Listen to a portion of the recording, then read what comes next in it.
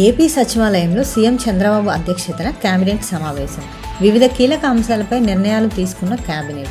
రాజధాని ప్రాంతంలో 20,494 ఎకరాల భూ సమీకరణకు ఆమోదించిన కేబినెట్.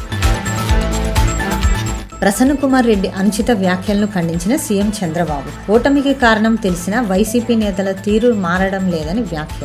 మహిళల పట్ల అసభ్యంగా మాట్లాడడం నీచ సంస్కృతికి నిదర్శనమన్న సీఎం. ప్రముఖ టెక్ దిగ్గజం యాపిల్ కొత్త సీఓఓగా సబీఖాన్. భారత సంతతికి చెందిన వ్యక్తికి కీలక బాధ్యతలు. సబీఖాన్ సేవలను కొనియాడిన సీఈఓ టిమ్ కుక్. బ్రిక్స్ కూటమికి డొనాల్డ్ ట్రంప్ తీవ్ర హెచ్చరిక. సభ్య దేశాలపై 10% అదనపు సుంకం విధిస్తామని స్పష్టీకరణ. అమెరికా డాలర్ను బలహీనపరిచేందుకు బ్రిక్స్ ఏర్పడిందని ఆరోపణ. భారత్కు సైతం ఎలాంటి మినహాయింపులు ఉండవని వెల్లడి. విదేశీ వ్యవహారాల మంత్రిత్వ శాఖ ఆధ్వర్యంలో నాగార్జున సాగర్ను సందర్శించిన 27 మంది విదేశీ ప్రతినిధులు. పర్యావరణ పరిరక్షణపై శిక్షణ పొందుతున్న ప్రతినిధులు.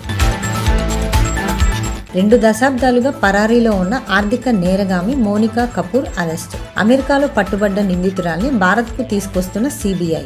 మోనికాను సంబంధిత న్యాయస్థానం ముందు హాజరుపరచనున్నట్లు సిబిఐ అధికారులు వెల్లడి.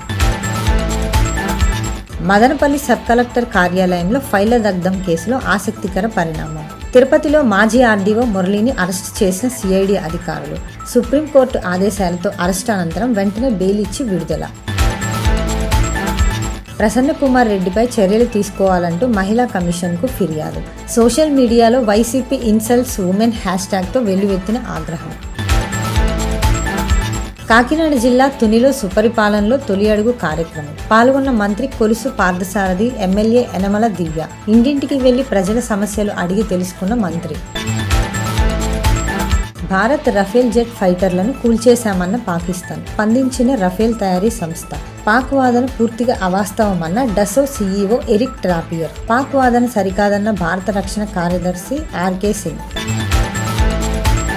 రాజకీయాలు వీడి మళ్లీ పాత ఉద్యోగంలోకి రిషి సునాక్ అడుగు. గోల్డ్మెన్ సాక్స్లో సీనియర్ సలహాదారుగా నియమితులైన రిషి సునాక్.